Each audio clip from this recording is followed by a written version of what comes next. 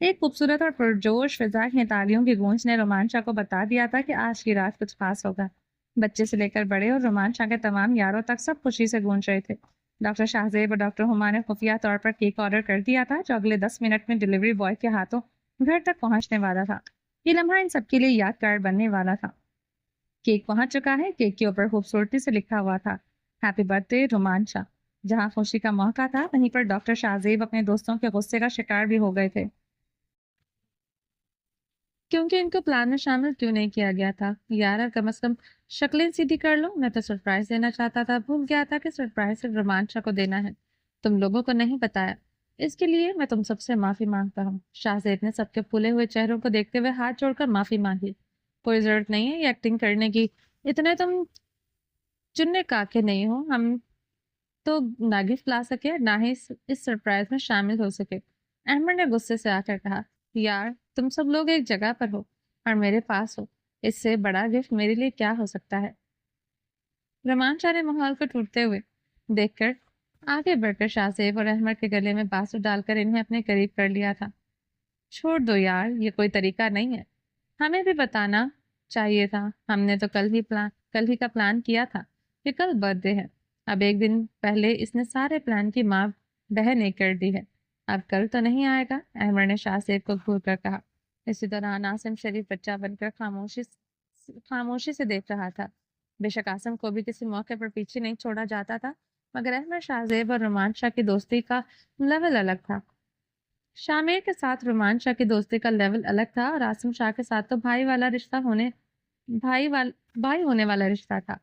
ہر رشتے میں اپنی خوبصورتی تھی، مگر شاہزیب اور احمد کے ساتھ رومانچا کی لنگوٹیاں یادیں تھی، اسی لیے غصہ بھی ویسا ہی نکلا۔ اب رومانچا کو بیچ میں ڈال کر ان کے غصے کی شدت کو کم کرنا تھا۔ رومانچا نے اپنی طرف سے سب کو پرسکون کرنے کی کوشش کی، مگر شاہزیب کو اپنی غلطی کا احساس ہو چکا تھا۔ وہ جانتا تھا کہ اب موڈ خراب ہوا تو ساری محفل کا مزہ خراب ہو جائے گا، لیکن اس وقت احمد کا غصہ اس قدر شدید تھا کہ اس کی آنکھوں کے ڈورے بھی سرخ ہونے لگے تھے۔